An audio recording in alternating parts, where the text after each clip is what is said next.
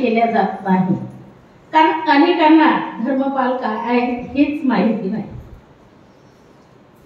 आणि जेव्हा मला याविषयी विचारण्यात आले की धर्मपाल जयंतीच्या दिवशी तुम्ही बोलाल का, तर थोडंसं मी म्हटलं नाही. आणि मग म्हटले काय हरकत नाही, तुम्ही तयारी करू शकता. आणि त्या दृष्टिकोनातून मी म्हटलं काय हरकत नाही, तयारी करेन मी आणि येईल. पण 16 तारखेचं मी शिबिराचं नेतृत्व करणार होते औरंगाबादला, आणि ते मी कॅन्सल केलं. माझं रिझर्वेशन 16लाच असल्यामुळे आम्ही कालच संध्याकाळी इथं पोहोचलो. सुंदर प्रवास झाला, पण थोडासा मला एसीचा रिझर्वेशन असल्यामुळे थोडासा मला एसीचा त्रास होतोय, आणि तो त्रास नक्कीच मला रात्रीपासून जाणवत आहे. तर जर मधात काही मला त्रास झाला तर तुम्ही मला क्षमा करा. तर जे काही धर्मपालांविषयी प्रास्ताविकमध्ये दानदीपांनी भरपूर अशी माहिती आपल्याला सांगितलेली आहे. आपल्याला सर्वांना माहिती आहे की भगवान बुद्धाच्या धम्माचा सर्वात जास्त प्रसार आणि प्रचार जर कुणी केला असेल तर तो सम्राट अशोक आहे. आणि सम्राट अशोकानेच आपला जो काही मुलगा महेंद्र आणि आपली कन्या संघमित्रा यांना श्रीलंकेला पाठवलं होतं. का तर धम्म प्रचार आणि प्रसारासाठी. आणि या माध्यमातूनच एक मानव म्हणून त्यांनी श्रीलंकेशी आपलं मैत्रीचं नातं प्रस्थापित केलेलं आपल्याला माहिती आहे. पण कालांतराने काय झालं, या श्रीलंकेमध्ये अनेक देशांनी राज्य केलेलं होतं, आणि त्यातच युरोपियन लोकांनी सुद्धा त्या श्रीलंकेवर काही वर्ष त्यांचं राज्य करण्याचा प्रयत्न केलेला होता. आणि यातच जे काही बुद्धिस्ट राज्य होतं ते हळूहळू ख्रिश्चन धर्माकडे, जे काही ख्रिश्चन धर्माचं प्राबल्य होतं ते तिथं प्रस्थापित होण्याच्या मार्गावर होतं, आणि झालंही होतं. पण अशातच जे काही एक सिंह जन्माला आला, एक योद्धा तिथं जन्माला आला, आणि त्या योद्ध्याचं नाव होतं अनागारिक धर्मपाल. नक्कीच त्यांचं पूर्वीचं नाव जे होतं तर ते डेव्हिड होतं. आणि तिथं अशी प्रथा होती की बालवयातच जे काही मुलं आहेत त्यांचं नाव त्या धर्मानुसार त्यांना ठेवावं लागत होतं. आणि मग काय झालं की जे काही हेवा वितरणे परिवार होता, म्हणजे डेव्हिड यांचे वडील, तर त्यांचा सुरुवातीला हा शेतीचा व्यवसाय होता. आणि शेतीच्या व्यवसायानंतर त्यांनी फर्निचरचा व्यवसाय करायला सुरुवात केली. आणि तो फर्निचरचा व्यवसाय करत असताना त्यांच्या कुटुंबामध्ये धर्मपालाचा जन्म झाला. आणि जेव्हा धर्मपालाचा जन्म झाला तेव्हा नक्कीच आई वडिलांच्या एक वेगळ्या अपेक्षा असतात मुलाकडून, आणि तशाच त्यांच्या वडिलांच्या सुद्धा अपेक्षा होत्या.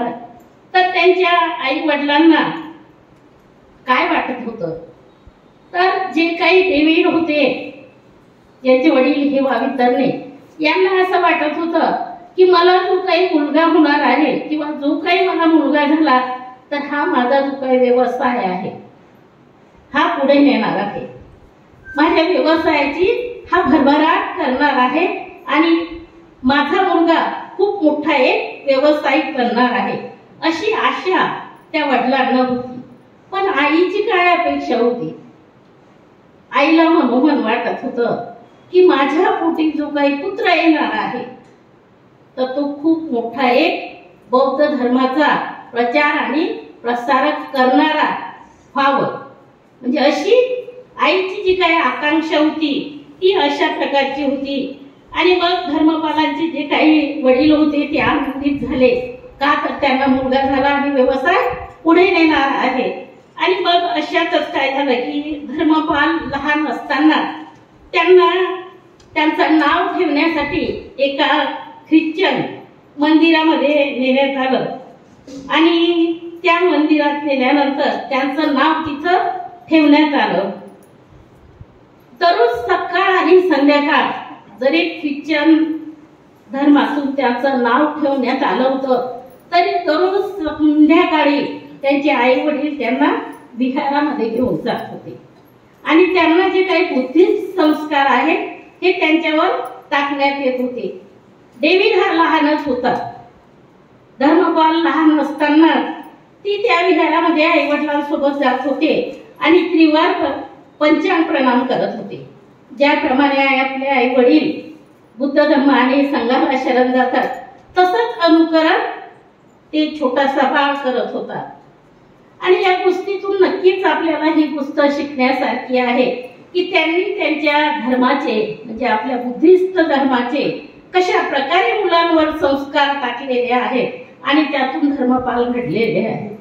आपणही एक पालक म्हणून आपली ही जबाबदारी आहे की ज्याप्रमाणे मुस्लिम धर्मामध्ये छोटीशी मुलं असले की मस्जिदमध्ये नेऊन त्यांच्या धम्माचे संस्कार देत असतात, आणि अशीच जबाबदारी एक पालक म्हणून आपली ही आहे की आपणही आपल्या धर्माचे संस्कार आपल्या मुलावर लहान वयातच टाकण्यासाठी तत्पर असलं पाहिजे किंवा तयार असलं पाहिजे.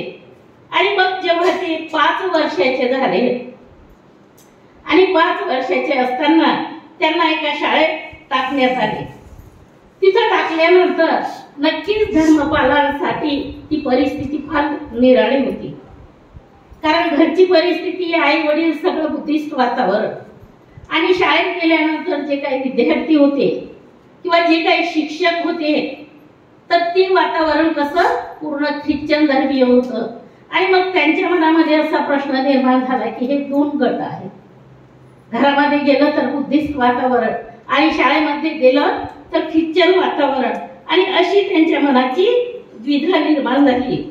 आणि त्यांच्या मनात विचार आला की या 2 वर्गामधून जो काही पहिला वर्ग आहे म्हणजे आई वडील, आणि मग त्यांनी तो मार्ग अनुसरायचा प्रयत्न केलेला आहे. ईसाई धर्म जो काय आहे शाळेमध्ये तेच संस्कार दिले जात होते आणि त्यातूनच विद्यार्थ्यांना तशाच प्रकारे आचरण करावं लागत होतं. पण एक दिवस काय होते की जेव्हा धर्मपाल लहान असतात आणि त्यांचं बुद्धिस्ट संस्कारातून त्यांचं पालन पोषण सुरू असते, अशातच त्यांच्या हातात एक आर्य सत्य नाही का पुस्तक असते, आणि ते शाळेच्या पटांगणामध्ये वाचत असताना एक शिक्षक येतात आणि त्यांच्या शेजारी उभे राहतात. पण ते पुस्तक वाचण्यात एवढे मग्न झालेले असतात की त्यांचं लक्षच नसते की आपल्या बाजूला कोण उभं आहे. आणि मग ते पुस्तक काय वाचत आहे म्हणून ते शिक्षक येतात आणि ते पुस्तक हिसकावून घेतात. जेव्हा ते पुस्तक हिसकावून घेतात आणि पाहतात तर हे अगदी ईसाई धर्माच्या विरुद्ध पुस्तक आहे आणि बौद्ध धर्माचंही पुस्तक आहे, आणि तसंच ते पुस्तक घेऊन ते चिरदिशी फेकून देतात. आणि पुस्तक फेकल्यानंतर नक्कीच धर्मपालांच्या मनामध्ये चीड निर्माण होते आणि ते त्या क्षणी ठरवतात की आज तू माझ्या हातातील केवळ पुस्तक फेकून दिलेलं आहे, पण एक दिवस असा येईल की मी तुला आणि तुझ्या धर्मासहित या देशातून हाकलून देणार आहे. असा संकल्प त्या क्षणी धर्मपाल करतात. आणि मग हळूहळू जेव्हा धर्मपाल मोठे होत जातात, नंतर ते 9 वर्षाचे असताना धर्मपालांनी आपल्या वडिलांच्या प्रेरणेतून जे काही एका विहारामध्ये जाऊन ब्रह्मचर्याचं व्रत स्वीकारलं. आणि ते ब्रह्मचर्याचं व्रत असं होतं की अल्प आहार आणि अल्प निद्रा. आणि त्या विहारामध्ये जाऊन त्यांनी ते व्रत स्वीकारल्यानंतर त्या व्रताचा त्यांच्यावर एवढा मोठा परिणाम झाला आणि त्यातून नक्कीच त्यांचं जीवन बदलण्यासाठी मदत झाली. पुढे भविष्यात ते अनागारिक झाले आणि सदैव ते अनागारिकच राहिले शेवटपर्यंत, मृत्यूपर्यंत. आणि मग अशा परिस्थितीत त्यांनी काय केलं, जेव्हा त्यांनी ब्रह्मचर्याचं व्रत धारण केलं त्या वेळेमध्ये त्यांनी प्रकर्षाने धम्म अभ्यास केला, बौद्ध धर्माचा ध्यान साधना केली, एकांतवास केला आणि जो काही वेळ आहे तो त्यांनी चिंतनात घालवला. हळूहळू अशा प्रकारचं त्यांचं जीवन व्यतीत करत असताना वयाचे 20 वर्ष झाले असताना त्यांनी त्यांच्या वडिलांना एक पत्र लिहिलं आणि विनंती केली की मी घर सोडून ब्रह्मचार्य जीवन हे कायमस्वरूपी जगू इच्छितो आणि मग माझं जे काही पुढील जीवन आहे हे बुद्ध धम्म आणि संघासाठी मी समर्पित करतो. नक्कीच हे ऐकल्यानंतर त्यांचे वडील जे काय आहेत ते घाबरून गेले आणि हवालदिल झाले. कारण त्यांच्या अपेक्षा काय होत्या की माझ्या मुलांनी मोठं झाल्यानंतर माझा व्यवसाय पुढे वाढवावा आणि मग त्या वडिलांना चिंता लागून असते, काळजी वाटते आणि भीती वाटत असते की आता हा मुलगा घर सोडून जाणार आहे. आणि मग ते वडील काय म्हणतात त्या मुलाला की तू जर घर सोडून गेला तर कसं होईल. वडील घाबरून जातात आणि तू गेल्यानंतर तुझे जे काही लहान भावंडे आहेत त्यांचा सांभाळ कोण करेल, आपल्या व्यवसायाचा सांभाळ कोण करील, आपल्या घराचा सांभाळ कोण करील, तू तर मोठा आहेस ना. आणि मग असं अनेक प्रश्न त्या वडिलांनी त्यांच्या समोर निर्माण केले. पण जे काही धर्मपाल होते हे त्यांच्या निर्णयावर ठाम होते, ते जराही निर्णयापासून ढळले नाही. आणि मग शेवटी त्या वडिलांना परवानगी द्यावी लागली. पण आईची इच्छा अशी होती की खूप चांगलं होत आहे आणि चांगल्या मार्गावर माझा मुलगा जात आहे आणि म्हणून आईने काय केलं की धर्मपालांना आशीर्वाद दिला. धर्मपाल मानव सेवा करण्यासाठी स्वतंत्र झाले आणि आईने त्याचं चुंबन घेतलं आणि त्यांना भरभरून आशीर्वाद दिला की तू आता बौद्ध धर्माच्या प्रचार प्रसारासाठी मोकळा आहेस.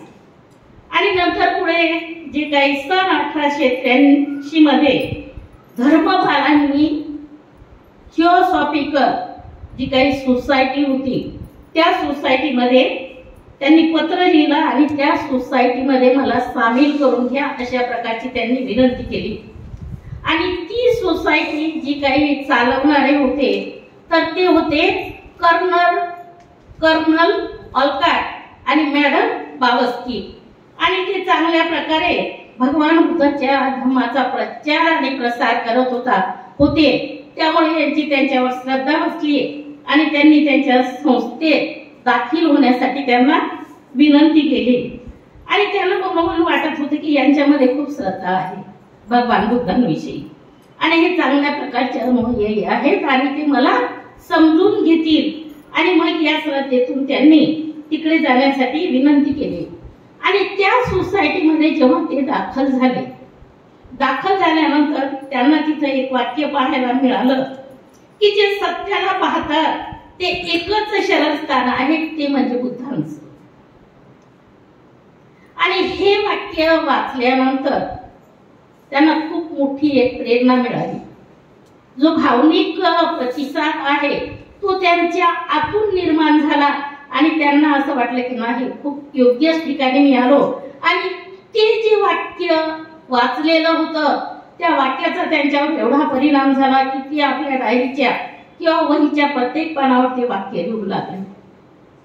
रात्री अनेक वेळ ते वाक्य ते सतत आपल्या वहीमध्ये लिहत होते किंवा नोट करत होते.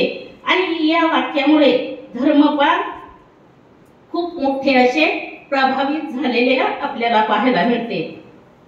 नंतर पुढे काही दिवसानंतर, काही वर्षानंतर जे काही कर्नल ऑलकाट आणि मॅडम बावस्की तर यांनी काय केलं, अलियार म्हणजे एक त्यांचा देश असेल, देशाचा एक भाग असेल आणि तिथं जाण्यासाठी त्यांनी तयारी केली.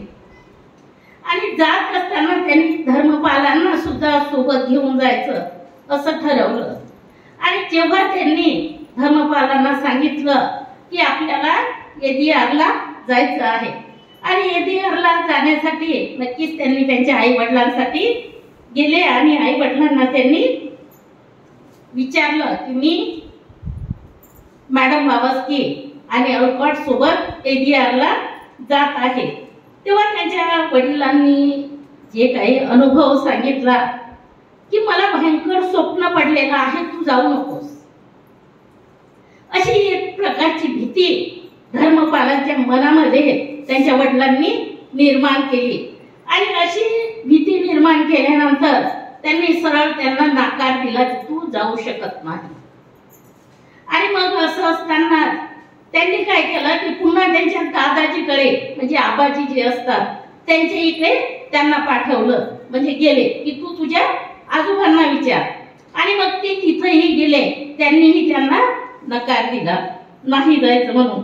आणि मग त्यांचे जे काही गुरु होते, जे काही भिक्षू होते नाही का, तर ते त्यांच्याकडे जायला सांगितलं आणि तिथं जाऊन परवानगी घेतली तर त्यांनीही त्यांना नकार दिला जाण्यासाठी. आणि मग असा नकार जेव्हा त्यांना आला तेव्हा धर्मपाल नक्कीच निराश झाले. आणि मग निराश झाल्यानंतर अचानकच तिथं मॅडम ब्लावस्की येतात. आणि ते आल्यानंतर त्यांना ती वातावरण, ती परिस्थिती लक्षात येते की धर्मपाल अत्यंत निराश झालेले आहेत आणि यांना तर आपल्याला आता सोबत घेऊन जायचं आहे.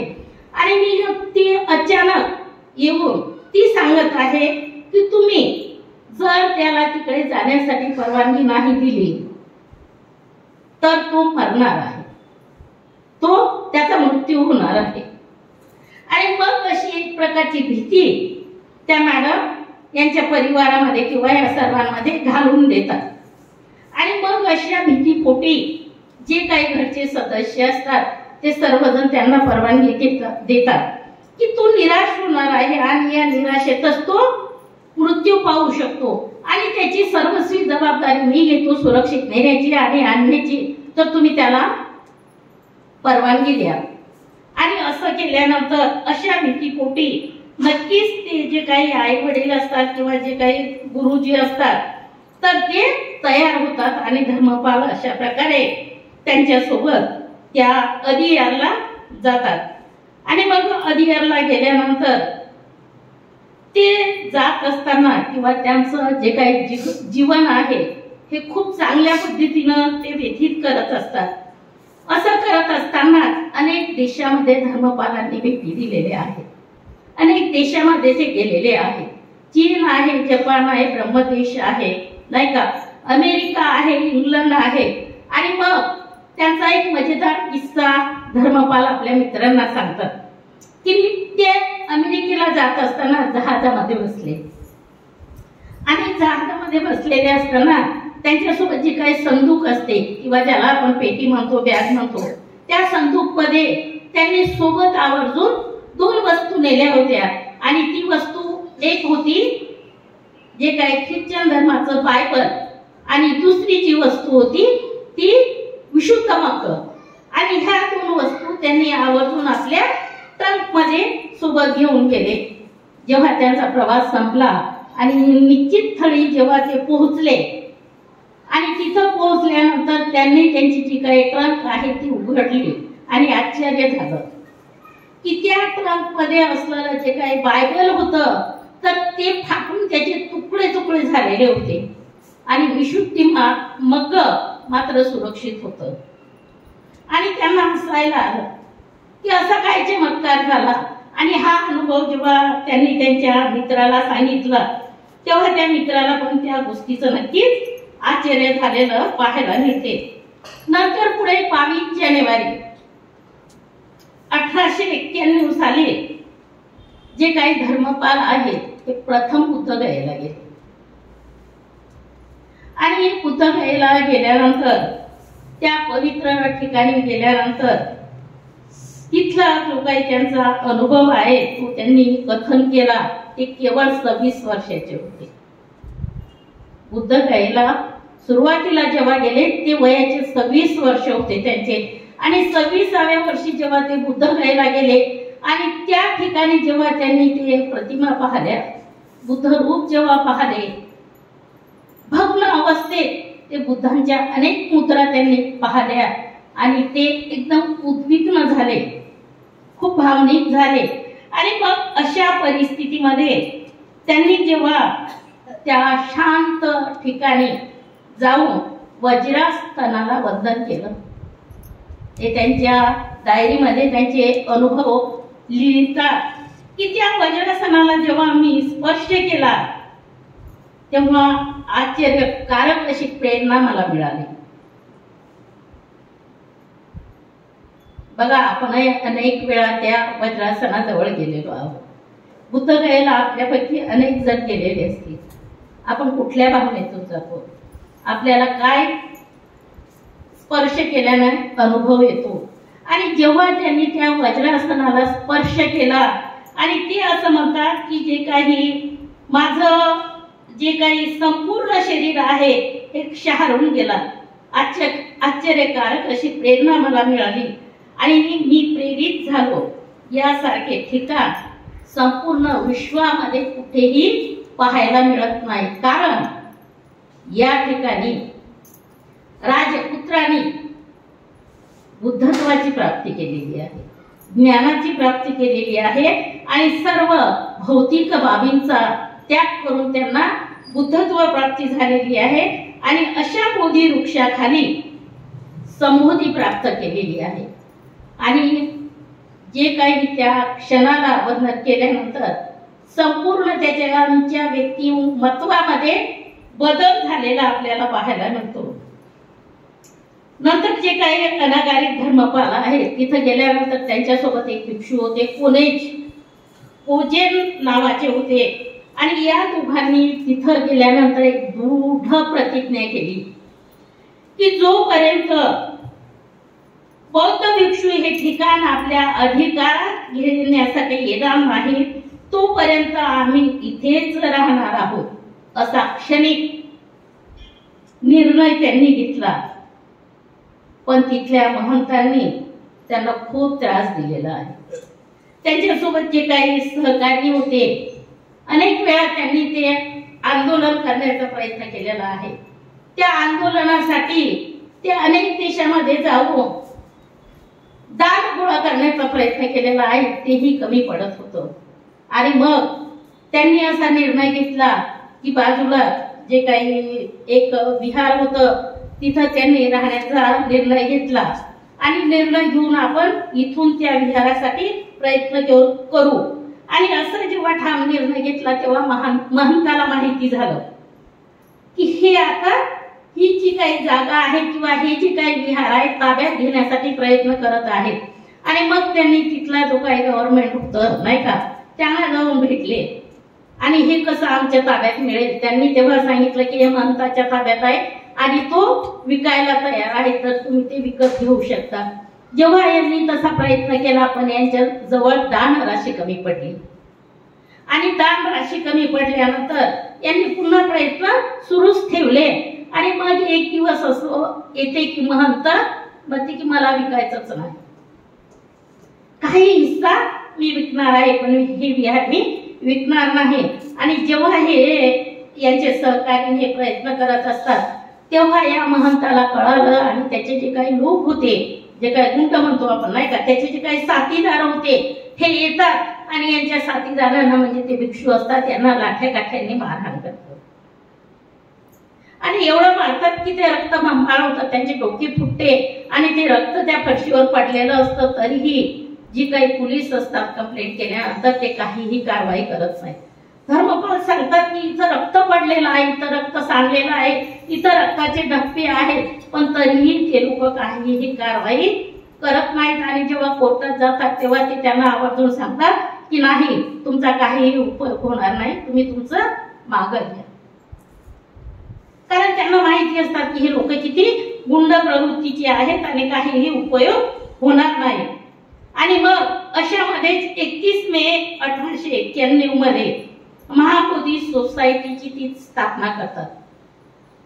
उद्देश काय होता की भगवान बुद्धाच्या धर्माचा प्रचार आणि प्रसार करणं किंवा महाबोधी जे काही विहार आहे या विहारासंदर्भात सर्व देशाला माहिती व्हावी. आणि म्हणून ते या संस्थेची स्थापना करून एक पत्रक काढतात. त्या पत्रकाद्वारे ते लेख लिहितात, तिथल्या घडणाऱ्या घटना त्या पत्रकामध्ये लिहितात. आणि ते पत्रक पाठवण्यासाठी बंधू आणि भगिनींनो, जेव्हा अनागारिक धर्मपाल आजारी असतात तर ते त्यांच्या निजी सेवकाला सांगतात की माझ्या औषधावर तू पैसे खर्च करू नकोस. त्यांच्या अन्नाचे पैसे, त्यांच्या औषधीचे पैसे ते केवळ हे पत्रक पोस्टानं पाठवण्यासाठी खर्च करत होते. पोस्टाचे तिकीट आणण्यासाठी ते खर्च करत होते आणि ते पत्रक इतर देशामध्ये इतर लोकांपर्यंत कसे जातील आणि त्यांच्यापर्यंत ही बातमी कशी जाईल एवढा मोठा त्याग अनाकारी धर्मपालांनी केलेला आहे. पण या महापुरुषाविषयी किंवा या बोधिसत्वाविषयी अनेक लोकांना माहिती नाही की त्यांनी कशा प्रकारचा लढा लढलेले आहे या पवित्र ठिकाण आपल्या ताब्यात घेण्यासाठी किंवा मिळवण्यासाठी. आणि नंतर 1893 मध्ये शिकागो जी काही हिंदू परिषद होणार होती आणि त्या परिषदेने धर्मपाल गेलेले होते. आपल्याला माहिती आहे विवेकानंद सुद्धा त्या परिषदेमध्ये गेले होते.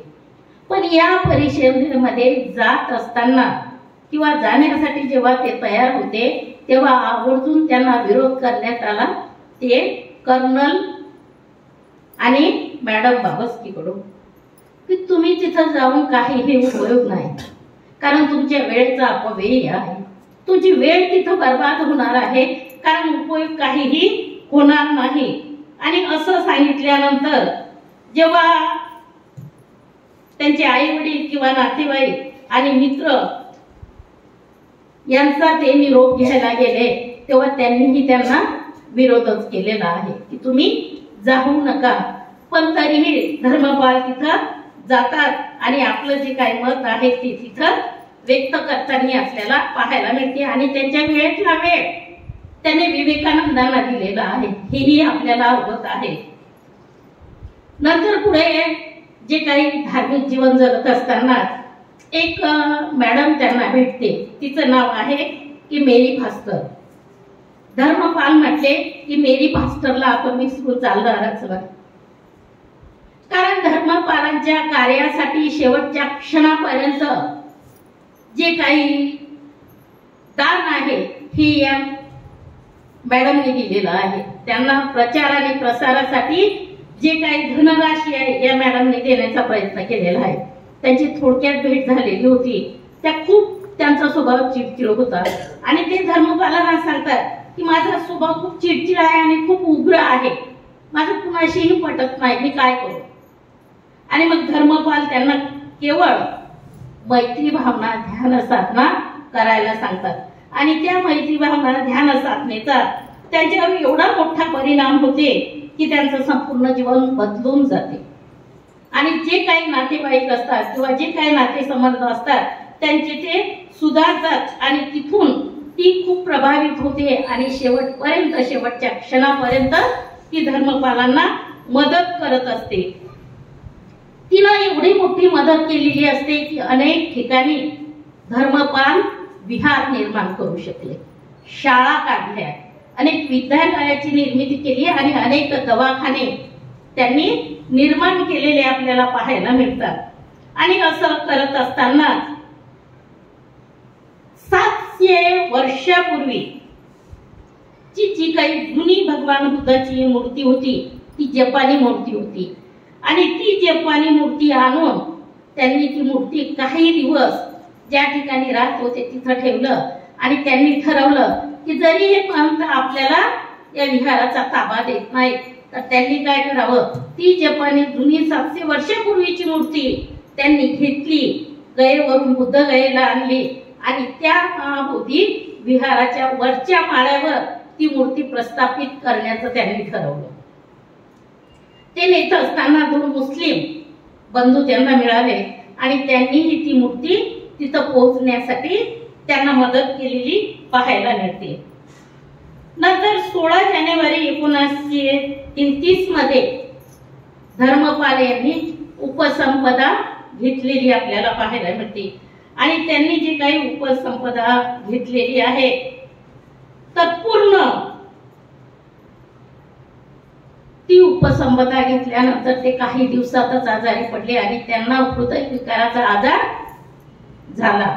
आणि अशातच ते आजारी असताना त्या आजारातूनच त्यांना ज्वर हा एक आजार झाला आणि त्या ज्वरामधून जे काही औषधी ते घेत होते त्या औषधीची त्यांना उलटी झाली आणि उलटी झाल्यानंतर त्यांचे जे काही शरीर आहे एक मरणसन्न पडले आणि ते त्यांचे जे काही निजी होते वालिसींना किंवा त्यांचे जे काही सहाय्यक होते त्यांना ते सांगत होते की माझ्यावर तुम्ही हा खर्च करू नका, मी मरणारच आहे आणि म्हणून मला आता तुम्ही औषधी देऊ नका आणि तो जो काही पैसा आहे तो भगवान बुद्धाच्या धम्माच्या प्रसार आणि प्रसारासाठी वापरा.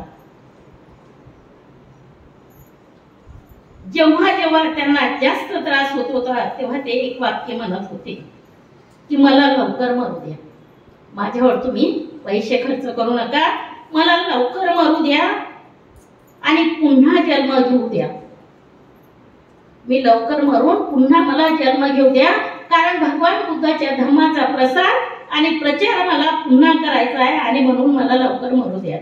आणि अशा या श्रीलंकेचा सिंह असणाऱ्या अनागारिक धर्मपालांनी जे काही आपलं जीवन आहे हे धम्माचं रक्षण करण्यासाठी व्यतीत केलेलं आहे आणि या खऱ्या अर्थाने धर्मपाल धर्माचे रक्षक बनलेले आहे.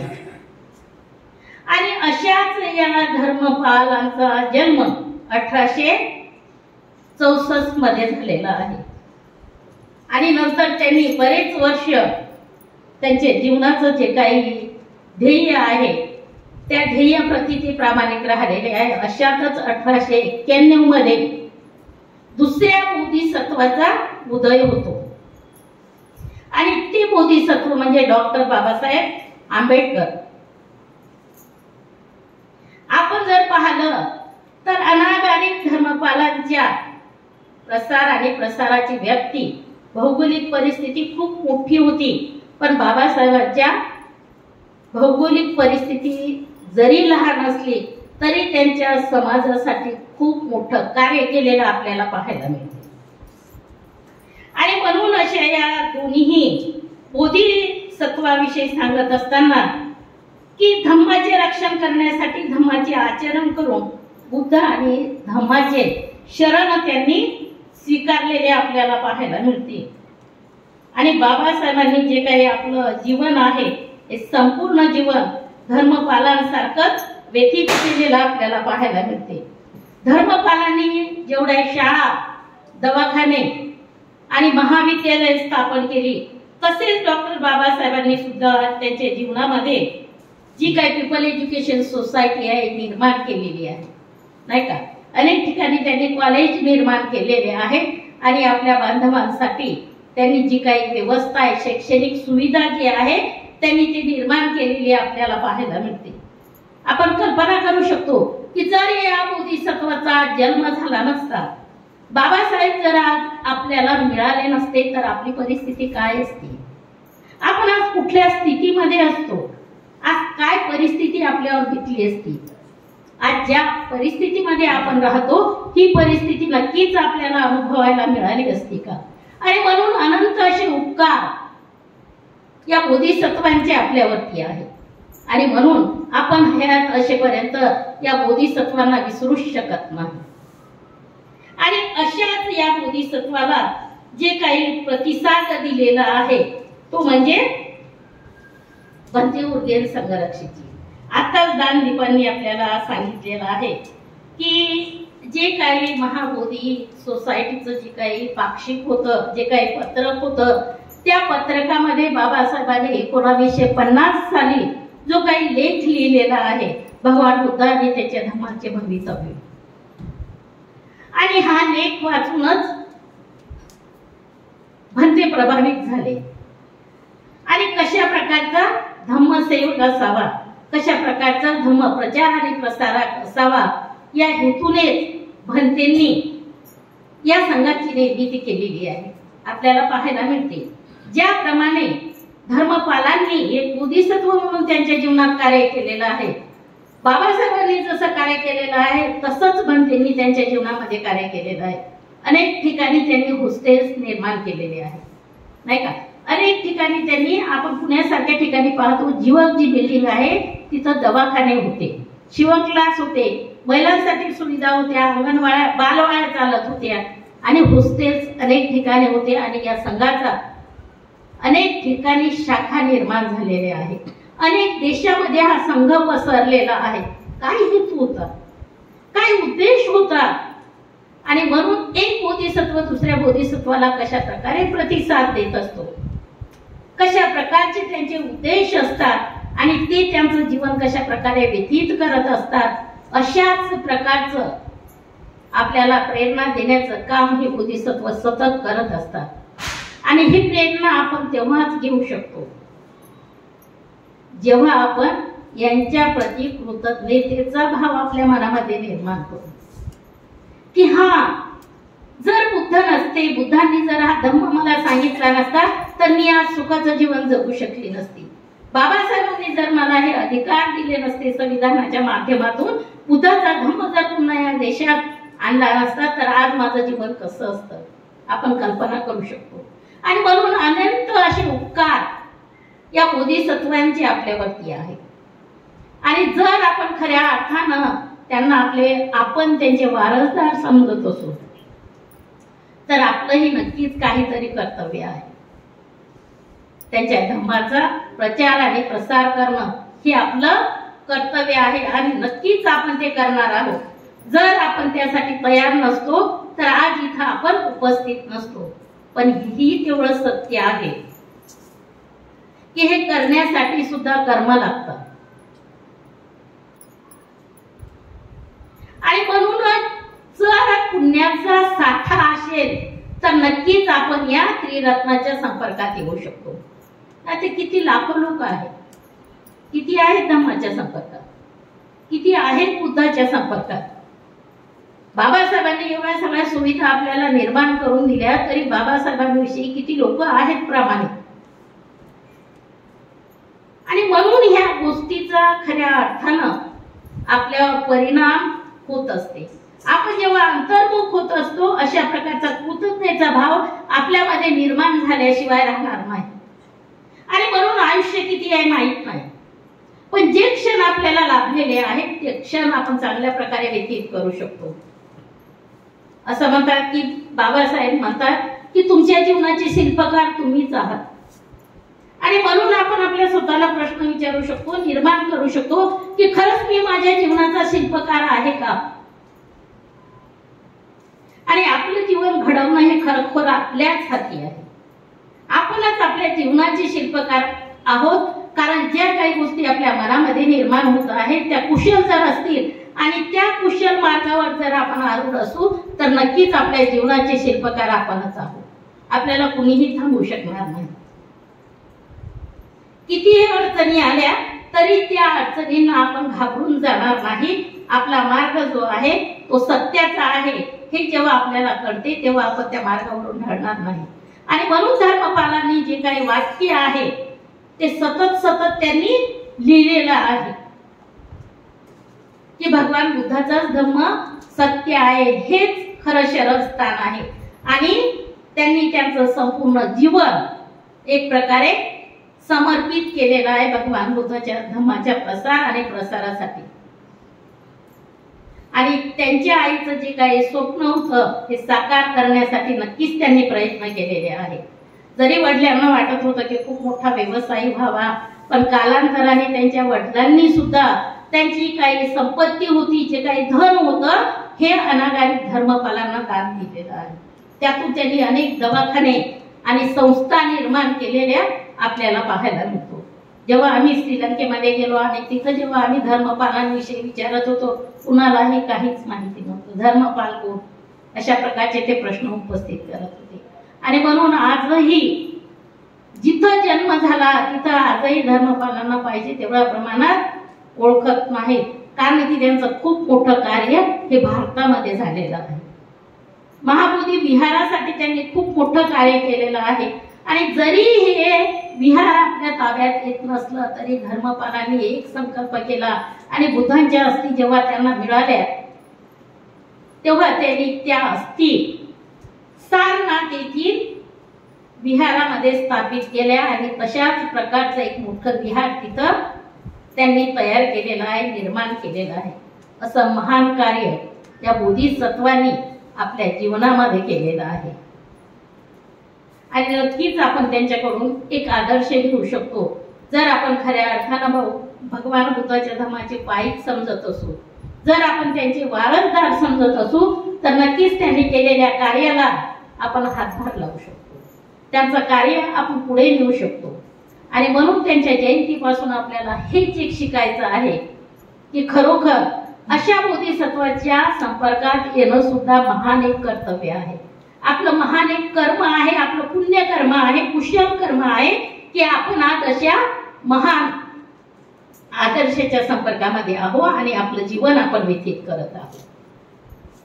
तर खऱ्या अर्थानं जे काही आपण सर्वांनी मला इथं बोलवलेलं आहे, मला इथं बोलण्याची संधी दिलेली आहे, अनागारिक धर्मपालनाविषयी विचार आणि चिंतन करण्याची जी काही संधी आपण सर्वांनी मला दिलेली आहे त्याबद्दल मी इथल्या स्थानिक सर्व धर्मचारी गणांचे मनापासून आभार व्यक्त करते, धन्यवाद देते.